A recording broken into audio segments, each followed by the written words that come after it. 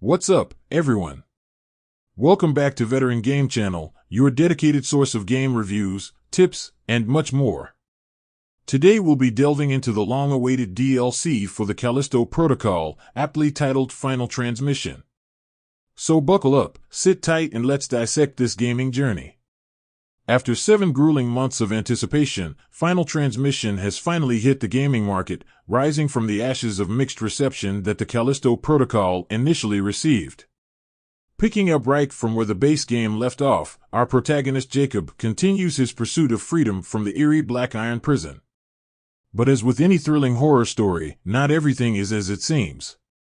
As Jacob threads his way through the now familiar environment of the prison, strange words and symbols appear, pulling us deeper into the mystery that lies beneath. This brought a glimmer of hope that maybe the game would explore his delusions and create an engaging psychological twist to the story. But alas, just as it starts to take shape, we are already standing at the doorstep of the finale. A potential storytelling goldmine left unexplored, ending in a predictable plot twist that leaves a bittersweet taste. The gameplay in Final Transmission remains largely unchanged. Navigating through a linear environment with monsters occasionally popping up to break the monotony, it offers a slightly different path. Armed with weapons from the end of the main game, the repetitive melee combat, although subject to much criticism, has largely remained unchanged.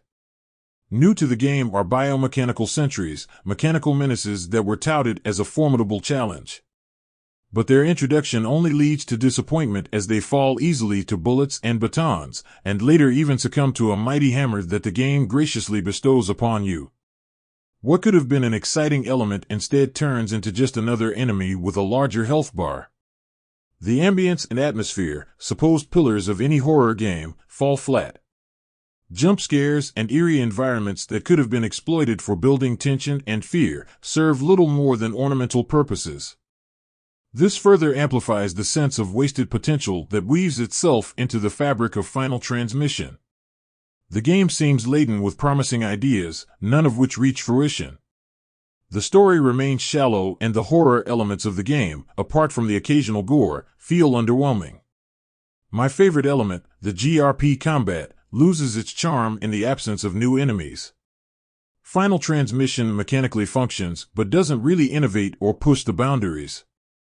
It's like eating plain Cheerios for breakfast when you could be having a gourmet feast. It's hard not to notice the considerable resources that must have been invested in achieving the game's ultra-realistic graphics. And yet, the irony is, despite all the effort and a hefty part of the $160 million budget, the game's photorealism has already been overshadowed by titles like Resident Evil 4 and Final Fantasy XVI.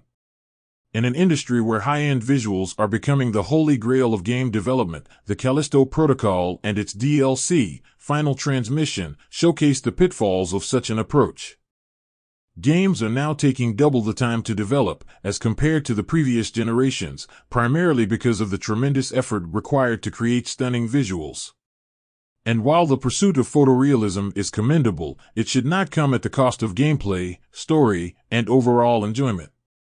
In conclusion, I'd like to stress this, to all publishers out there, not all titles need to emulate the real world in minute detail. To all the gamers, don't dismiss games simply because they lack immaculate graphics. Games should primarily be about how they play, they should be evaluated on that above all else.